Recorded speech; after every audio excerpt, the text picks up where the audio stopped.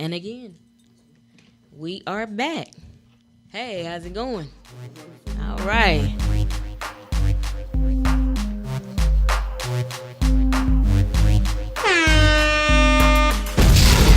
All right.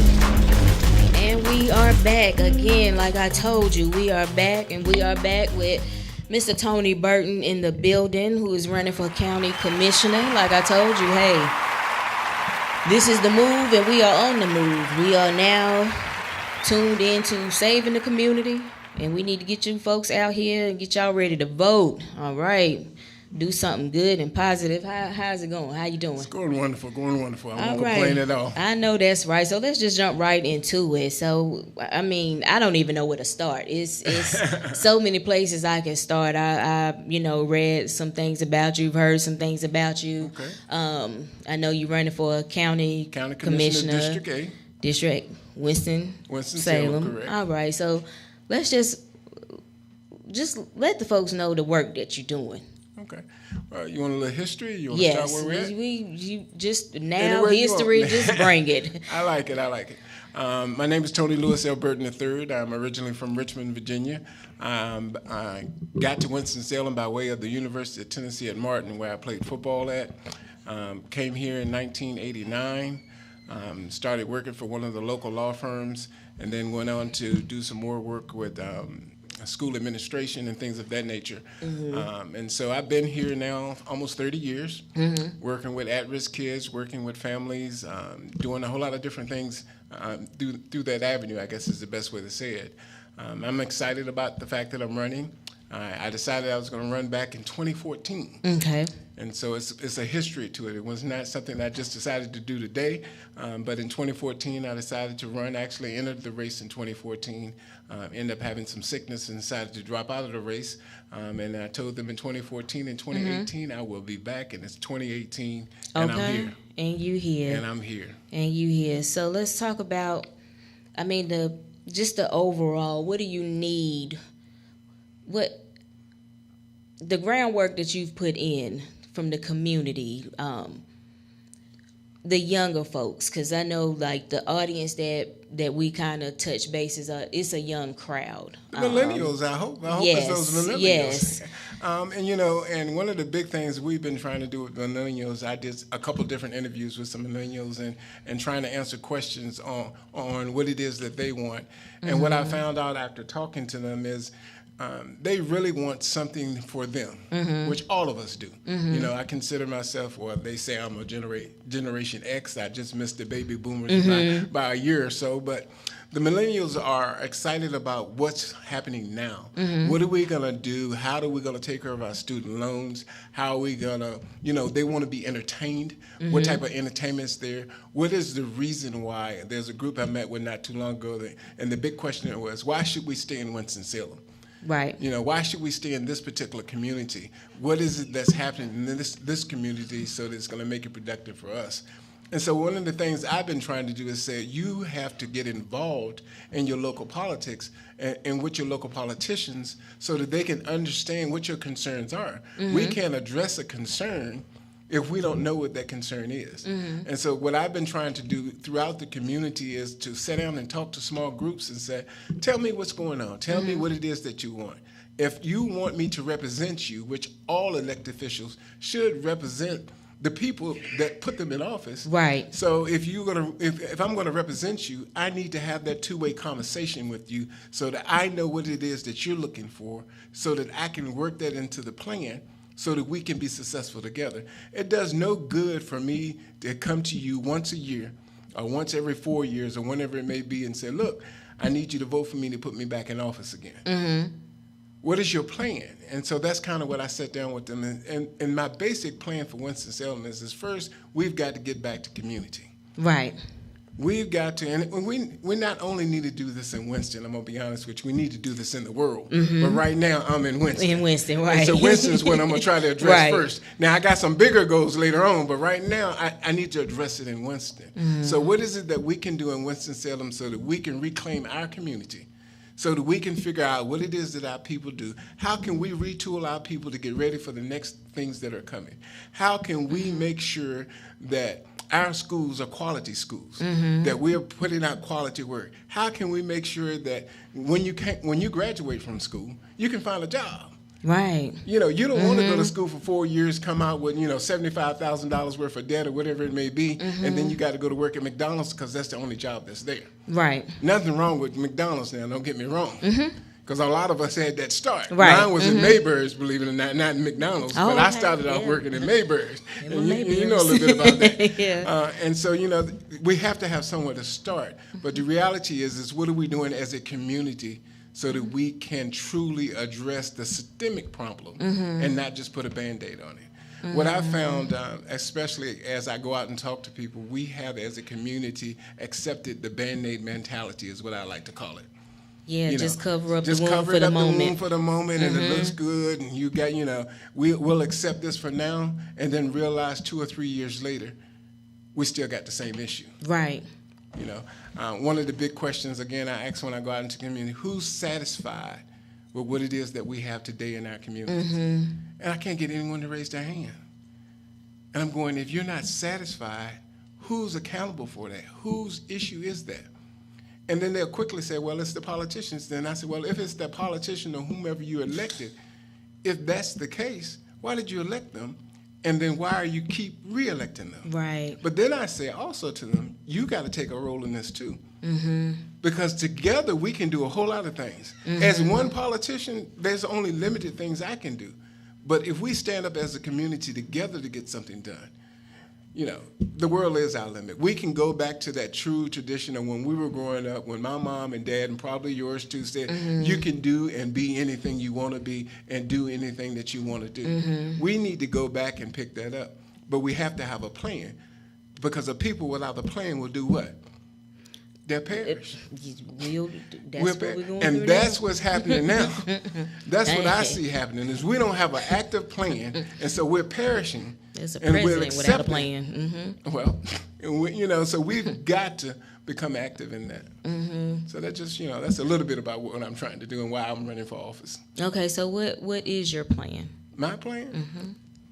Again, starting back with first reestablishing what community is. Going back and looking at our community. What's happening in our community? How do we make our community strong? Where's the economic development happening in our community? Why don't we have good homes? Why are the property values in our homes going down? What are we doing so that we can revitalize our neighborhoods? We want revitalization. We don't want gentrification. You know what that is, I know. And what happens, one of the things that we talk about when we go out into the community and we look at what's happening in our areas, we see the devaluing of our homes, we see the devaluing of our properties, the devaluing of our shopping center, the devaluing of our streets. And then all of a sudden, what gentrification basically means in basic terms is someone comes in and says, "Oh, let me buy this. I'm gonna deal with that issue now, but then I'm gonna build it up and make it better." And then what? We can't afford it anymore. Right. And so we have to start moving out. Oh, they came in, they bought up everything, they fixed it all up, and now we can't afford it. That's not what we want in our neighborhoods. Right. And people say, well, it's coming anyway, so it's nothing. Well, if you accept that, mentality, if you keep that same slave mentality that we've all been given, if you keep that mentality, of course it's going to happen to you, and there's nothing you can do about it. But if you decide that you want to actively participate, as my mom always said, these fingers right here are wonderful by themselves. But boy, when you pull them all together, Right. you can pack a punch. And that's what I'm saying about community. If we come together as a community and say what it is that we won't have failing schools in our neighborhood.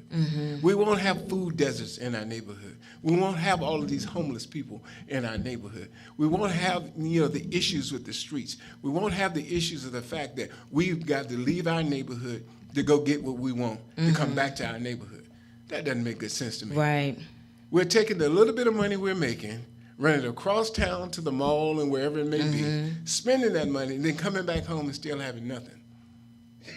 When we can create those same type of communities right within our own neighborhoods so that we can do it. And we've got to get business partners, we've got to get people, we've got to get independent entrepreneurs. We need to grow that type of business, and that's kind of what I want to do. That's the basis of my whole plan. Okay. Okay. Okay. So, as far as the younger generation, getting them to vote, are you seeing more of the younger generation like signing up to vote, getting registered to vote, actually like beating the concrete and, touching? We have a big push on that right now. We did a couple programs for the last couple of months. We've been working with students across several different campuses, and today was the first fruition of one of those. We've been working at Winston-Salem State and talking to some of the students there and saying, this is what's happening in our community. What is it that you want to happen? Which means you have to get it active and you have to get out and vote. And so today we had some students that volunteered to bring other students to the polls to vote, because as you know, early voting has started. And so today was that first action of that.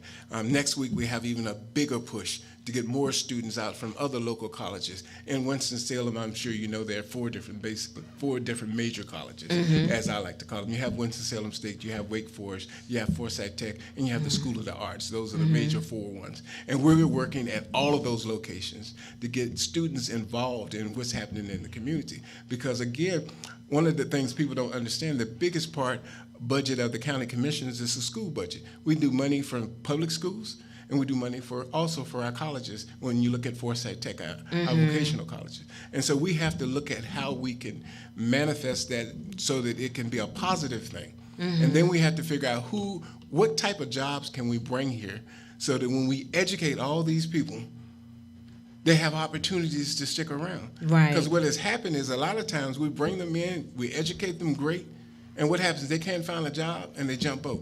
Right. Our city has changed. I don't know how much visiting you do to Winston-Salem downtown, but when I moved to Winston-Salem back in '89, downtown life stopped at 4 o'clock.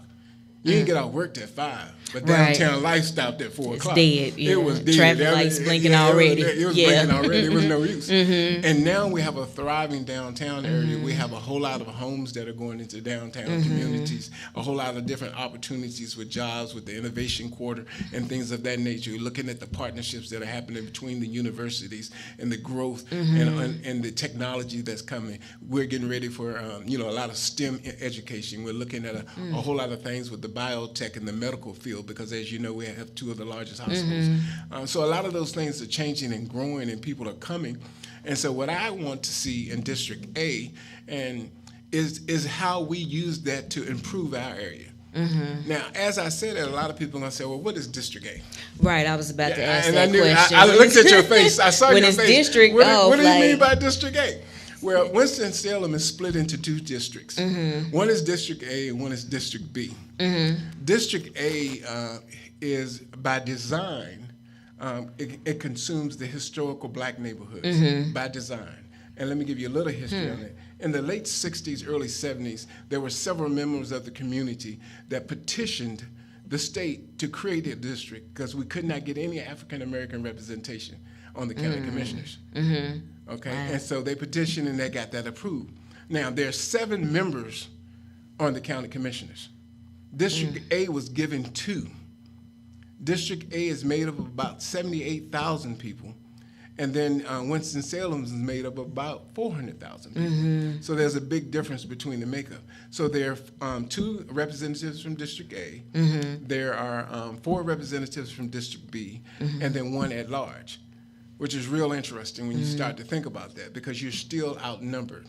So typically, the breakdown is usually 4 Republicans, 3 Democrats, approximately. And it could sway because that one at-large position could go one way or the other. And so basically, in District A, which again is that historical African-American communities, we're seeing less. That's where all of the failing schools are.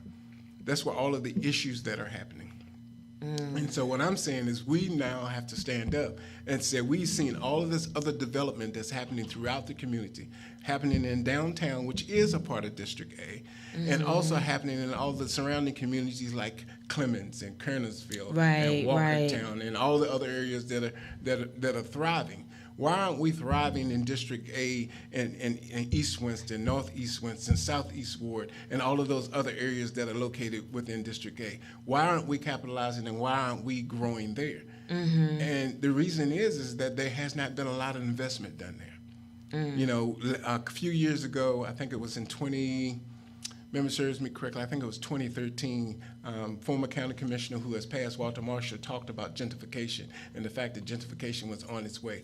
And there was an article in the newspaper on it, and you can Google that. And I was just at the NAACP meeting, and one of the things that they kept saying, well, you need to Google that information so that you can look that up. Right. So you can Google that and look that up so that you can fact check me on that one. But the reality of it is when you lose all of that value, you do have that potential for gentrification to come in.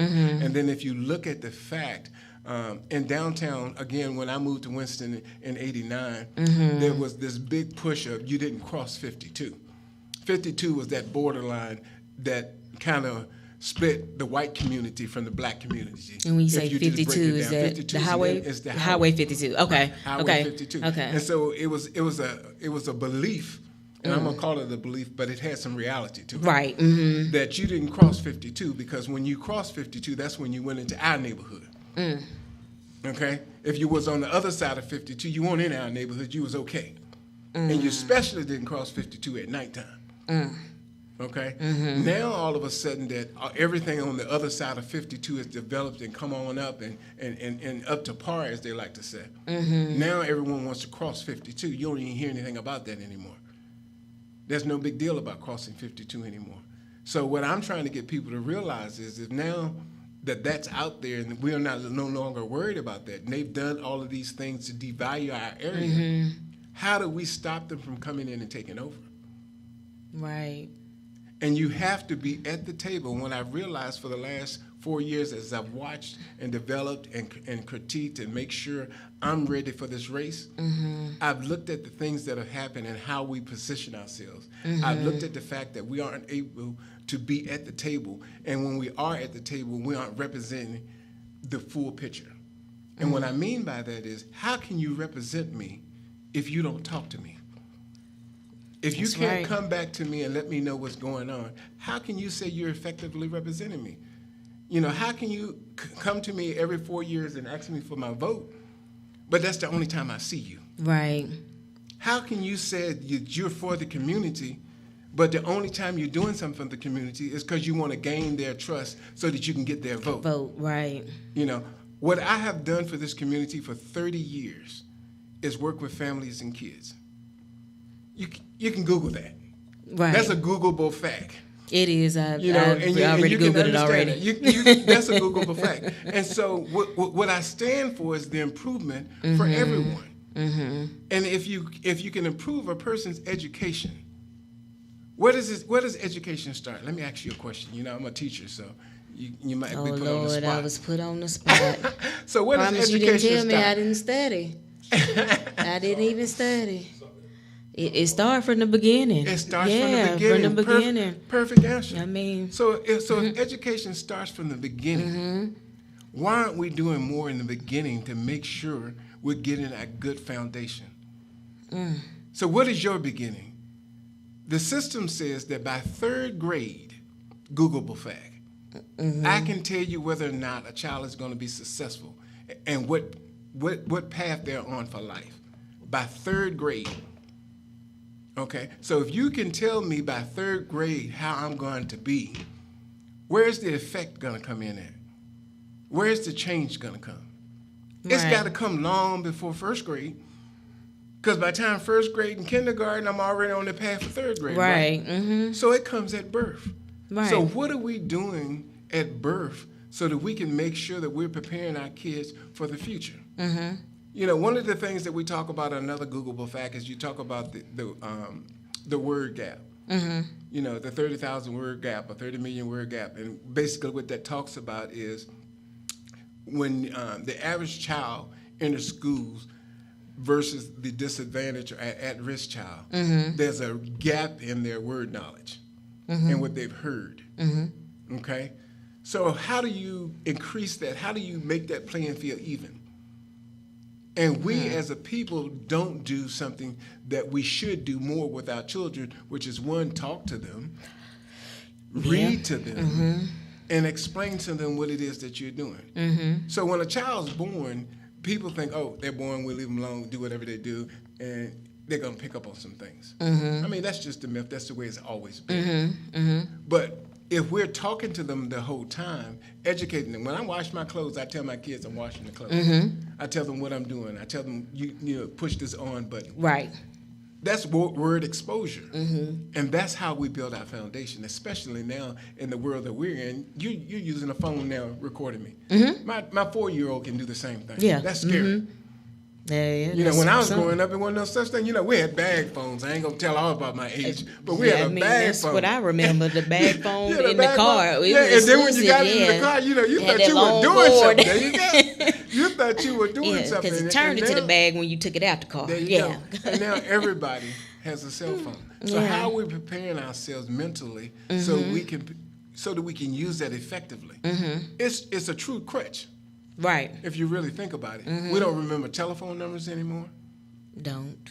We can't even remember our schedules anymore. We can't do anything without that telephone anymore. So you have to prepare yourself for that. We have to prepare ourselves for the future. Getting back to my original point, is we have to prepare ourselves for the future. And we as a community need to do that. And we have to stop this infighting. And that's what I mean Yeah. about community. We've got to get back to the original concept of what community was. When I was growing up again, you know, the neighbor could tell you something. Yep. And they would tell your parents if you didn't do what you needed to do. That's changed a little bit. But we've got to get back to some of that. We've got to get back to standing up and not infighting with each other. Right. You know, the one thing I found out as I've gotten into this world of politics is, man, it's an interesting arena. It is an interesting arena. People say all kinds of things just so they can build themselves up. Right. And I'm going, why? Don't, you know, you should not have to tear me down to build yourself up. Stand on what you have done. Stand on what it is that you plan to do. Put out there the plan so that people can understand what it is that you're trying to do, and then work on that. And then let the people make that decision. And see, that's what makes it bad. That's what makes, you know, some folks afraid Right. to even step Even out there. What's the point of voting, you Right. know, because who I put my trust in, Right. it turned out to lead us nowhere. Right. You know, still in the same boat. Nothing has changed.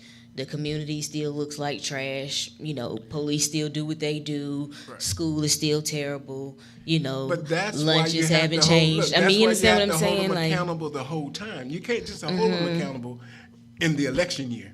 It's too late then. right. You have to have them accountable then. One of the goals that I have something called synergy teams and synergy meetings. And I do that now, and that's when I go out into the neighborhood and talk to people.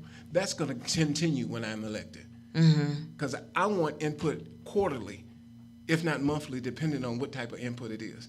I want to be able to come back and say, these are the things as a community we said we wanted to see. This is my checklist. Right. This is what we've done. This is how we've done it, and this is why I haven't been able to do this. And I think if all politicians could take something of that likeness, then we could be more successful in what it is that we do. And then people don't feel like they're distrusting you. Right. But if you're telling them and talking to them the whole time and explaining to them, then they understand. Even Right. when you make the wrong decision, even when you make a decision that's not popular, but when you explain to them why you make it, then they say, oh, yeah. Because it's a give and take game in politics. Right. You ain't going to always win. Right. Right. You ain't going to always get what you want. And you're going to have to give up a little something to get something else. You're going to have to be able to work with both sides of the table. You're going to have to be able to communicate. You're going to have to be able to negotiate. You're going to have to stand on your principles when you have to. And don't get me wrong, when you stand, you have to stand. Right. But sometimes also you have to stand and then say, okay, I've stood. Now, we need this. We need to move forward with this. And so that's kind of where we are and what I'm trying to do. Okay, all of this is good stuff. Okay, cool. What I need y'all to do, to all of my young listeners and followers across the land, those of you who are tuned in, to all of my Trey 4 followers, I mean, I need you guys to register, vote early, please. I don't care what district you are in. You can't complain if you're not out here doing something about it. And remind them that One Stop Voting, right now they can register and vote all at the same time between now and next Saturday. now and next Saturday. Don't let the people fool you, because they will fool you with Yes. that. It is some trickery going on, Yes, so let's definitely. always keep that in mind. They will Definitely. tell you that you can't do it, but you But can you do can. it. You heard it here, okay? Need y'all to get it together. Let's get it together. We changing community, changing lives, okay? All right, 1 minute break. We'll be right back. Right, ma'am. All right, and that was nice. Piano. I believe it. Okay, again, and we're back. We got Mr. Tony Burton, who is running for County Commissioner, Winston-Salem, and we just talking about the change and where it starts, and building up the community and all this, everything that comes along with that. And again, I've been saying to all my younger folks, and I'm only 41, but I'm still young as well. Everybody need to get out and vote. You can start, early voting has started. You can register and vote all at the same time. Again, go to your location, your early voting locations. You can Google that information as well. Okay. Don't let them fool you and make you believe that you cannot register early and vote all at the same time. You One can do stop. that. One stop shop, boom, get it done. Okay, don't sit around and complain when it's over, when things don't go your way and you haven't put any work in. It's time for us as a people to stand up and do something. Let's stop sitting on the couch complaining, pointing fingers, talking junk, and you haven't done any groundwork. Okay, we got to build up. We got to get together. We got to come together as a people. Let's bring it back. I feel like we're moving backwards in this day and age. It's 2018, but I feel like sometimes when I'm watching the news, it's like a updated version of like 1950s and the 1960s that I'm looking at, but it just looks up to date. Right. You know And what I'm that's one saying? of the things people need to realize. Everything comes back around full circle. I mean, the things that are happening to us now happened to us before. One of the things I tell people all the time: racism has never left. It's subdued itself for a little while now, sticking its head back up with Right. all the things that are happening out in our world.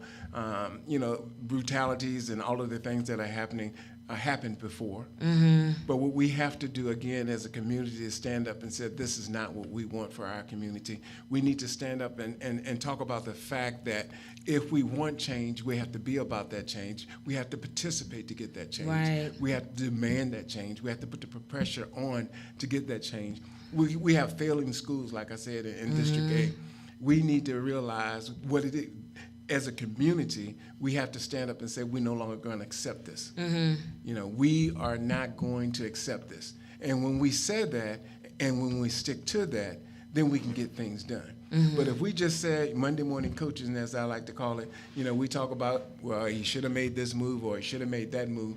That's not going to get the answer. Right. That's not going to do it. I mean, not only that, if you look at all the wonderful things, and I say this very sarcastically, that are happening with redistricting and changing how things are happening in the areas so that they can continue to keep control, because it's all about control. And it's all about, and this is the part that I'm trying to do as an educator, is educate our community to realize that as long as we are fighting amongst ourselves, there's nothing that they have to do to us. We set ourselves up. Think about the history of how we came here and how we have been separated from each other. We started off back in the slave days. You had house niggas and you had the yard ones Right. and the workers. I'm just being honest. Yeah, that's if you true. don't mind. No. And that separated Speak it, us right yeah. there. And some of us thought we were better than the other ones and so forth and so on because I could do this. Well, guess what? It still happens now. Right. I mean, look at the fact that we have 100,000 churches and everybody's church is the best church. Yep. Why are we separated like that? Why do we have so many churches in our African American communities? Why don't we have as many quality schools as we have quality churches? So when we're going to stand up and say we want as many or better quality schools like we have quality churches? Right. When are we going to realize that we need to work together? We can do a whole lot more together, like I said, than we can apart. And come up with a plan as a community. One of my big goals is trying to sit down with people once I'm elected in May 8th, May 9th. I'm going to start working. I won't take office until next year, to be honest with you. But once I'm elected, because in this particular race, there is nothing else. Mm-hmm. There is no general election for us. Right. Once this May 8th primary is over, 2 of the candidates are going to move forward, and those are going to be the ones that take office next. Mm-hmm. Okay, and the other 2 will continue in whatever role that they're doing in their lives. Mm-hmm. So I want to move forward from that point to start saying, as a community, we need to come up with a plan. We don't need to take the plan that they have. We need to sit down as a community and say, this is what we want our plan to be. And then we need to get all the movers and the shakers together and start working toward that plan so that we can have something effective going on. Because again, if we don't have a plan as a people, we will perish. Mm-hmm. I mean, you hear it every Sunday when you go. Mm-hmm. And the other thing I need people to realize is that it's not just about the show. Mm-hmm. This is the other part about politics that I wish we could change, but unfortunately, it's just the way it is. It's not about the show. It's like when you go to church on Sunday morning, if the preacher don't make you shout, you think he ain't said anything. Right. I'm just being honest. I'm just being honest. That's true. But it's not about that. Stop listening to the thing that makes your blood pressure go. Right. We can all do something to make our blood pressure go. Mm-hmm. But are they telling you anything? Are they teaching you anything? Are they doing anything for you? Are they showing you how to move forward? Or are they a part of the problem too? Mm-hmm. Because they aren't doing the things that you elected them to do. It's wonderful. And someone asked me the other day, and I know I'm jumping all over, but someone asked me the other day, how long, if you're elected, do you want to stay in office? I said, no more than 2 terms. And I said, I'm going to tell you why. If the president can only serve 2 terms, why in the world everybody else can serve life? If the president of the United States can only serve 2 terms, why is it that everybody else can be there for life? Okay. How do we get the new perspective? How do we get the new ideas in? How do we continue to change? There's some things in District A that needs to change. Why is it that in District A, our commissioners run against each other at the same time? So it has that potential every 4 years to get 2 new people. The potential. Why aren't they rotating? Why isn't it that we have more representation within those areas now? Why isn't it that maybe it's a 3, we grow the size of District A and put 3 people in District A, 3 people in District B, and then 1 at large? How do we even it up so that we can start being, at the table and making sure that we're fairly representative and being able to get things done? There's a whole lot of things out there that I really want to look at and that I want to take on and that I want to challenge people to do. And I'm going to challenge them to do that as we start to think now of what our future plan is going to look like. Because if you aren't satisfied now with what it is that you have, with whom that represents you now, what makes you think something's going to change? Right. I use this definition, and people tell me I need to stop saying, I don't want to hear that anymore. Why do you want to hear it anymore? The definition of insanity is simple. Keep doing the same thing over and over again, but expecting a different result. So how in the world are you going to tell me you want something different, but you keep voting the same way? Right. How are you going to tell me you want something different, but you won't get off the couch? Right. How are you going to tell me you want something different, but you won't even go vote? You're just going to talk. Don't talk about it, be about it. Put some action with it. And that's what I'm trying to get people to do. This year, I will be excited to see that our numbers jump up to 10,000 people voting in this off-year election. It's sad that during an off-year election, we have to beg people to get out and vote. But during the presidential election, everybody runs and votes. Well, guess what? The president does some things for you, but all of that gets passed down the line. These folk right here in your counties, they represent you on a daily basis. Right. And you won't get out and support them, but you're going to get out and support the president. And you see what we have in there now, and you got out and supported. Someone got out and supported. Yeah. And some of us didn't. And some of us said it didn't make much of a difference, so I didn't go to the polls at all, which really upsets me. Right. Use your vote. People died and gave up their lives for your vote. You know, I was in a meeting the other day, and one of the professors from Wake Forest said that he was telling the Rosa Parks story, and he talked about the fact that in history we always talk about Rosa Parks was sitting in the first chair, you know, and she had to move out of that chair because someone white needed that chair.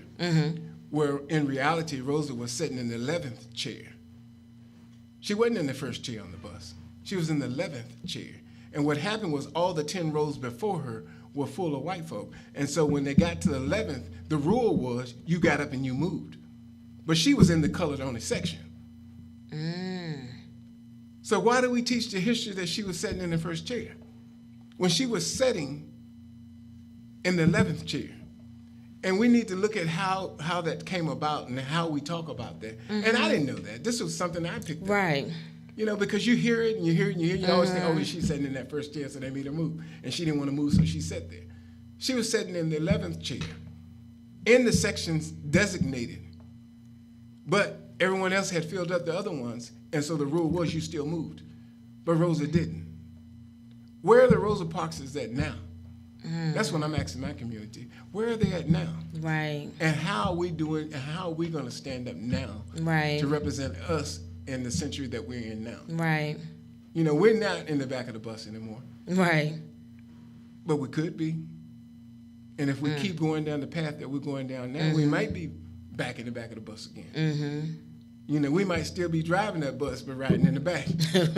You know, I mean, it's true. interesting. Yeah. You know, a lot of things can happen, and we don't want to be put out of our communities. We need to restore our communities. We need to understand what restoring is, and how we can use and capitalize off of other things that are happening in the community, so that we can restore our communities, rebuild our areas, bring jobs into our areas, train our students. We've gone back in Winston-Salem to basically, even though we don't call it segregated schools, but we've gone back to segregated schools when you look at where the schools are located. Right. You know, when I came into Winston and I was teaching in the school system, the outer areas of the city didn't have schools. Didn't have a lot of schools. You know, they didn't have a lot of schools. And now everything on the outer skirts have their own schools now. And so that's interesting because now all of the failing schools are inner city schools. So was that by design? Some people say it was. I said, what are we going to do about it? Because it didn't matter what happened. Right. We need to stop talking about what happened and talk about what we're going to do to change it now. Right.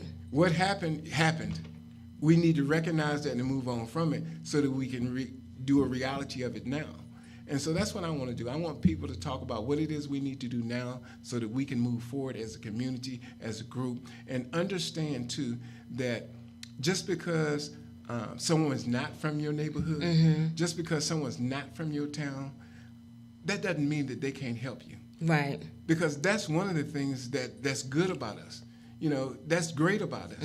We can go anywhere and fit in and do anything. You know, and if you really think about it, ain't none of us from here. Right. Let's really go back. Who's from here? Right. You know, we aren't from here. We were all brung here. And you know, and so we have to realize that that doesn't matter where you actually were born. It helps you with your history for that area.